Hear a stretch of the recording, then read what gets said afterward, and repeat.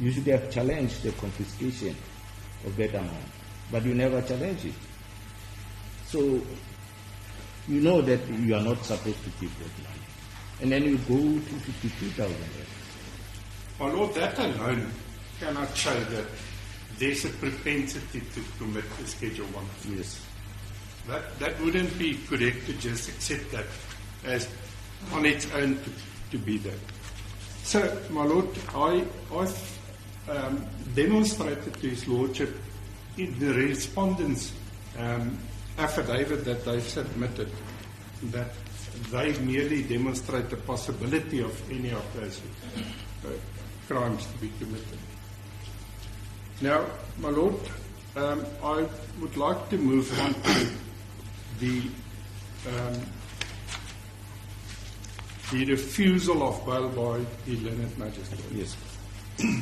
My Lord, in terms of... Where are you in terms of your heads? Sorry, my Lord. Where are you in terms of your heads? It's page 10. I'm at paragraph 70. Yes. My Lord, and if we have regard, that is the reasons that the magistrate gave for the refusal of bail. Perhaps it would be more prudent for me, my Lord, if I can just first take His Lordship to the legal framework that I would like to refer to, which is on page 15 of my heads in paragraph 59, my Lord. And then, my Lord, I will come back to the magistrate's reasons. My Lord, I'll start in my heads of argument with the legal framework, and I've referred His Lordship to international legal instruments in respect of the presumption of innocence. Yes.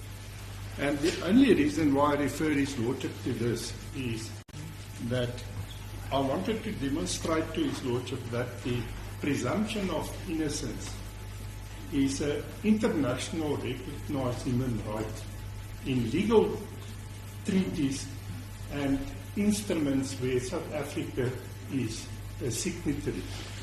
So that being the case, my Lord, the presumption of innocence must play an essential role in the determination of any bail application. And I would try to demonstrate that to His Lordship by referring to the case law that I've also handed to His Lordship. And my Lord, if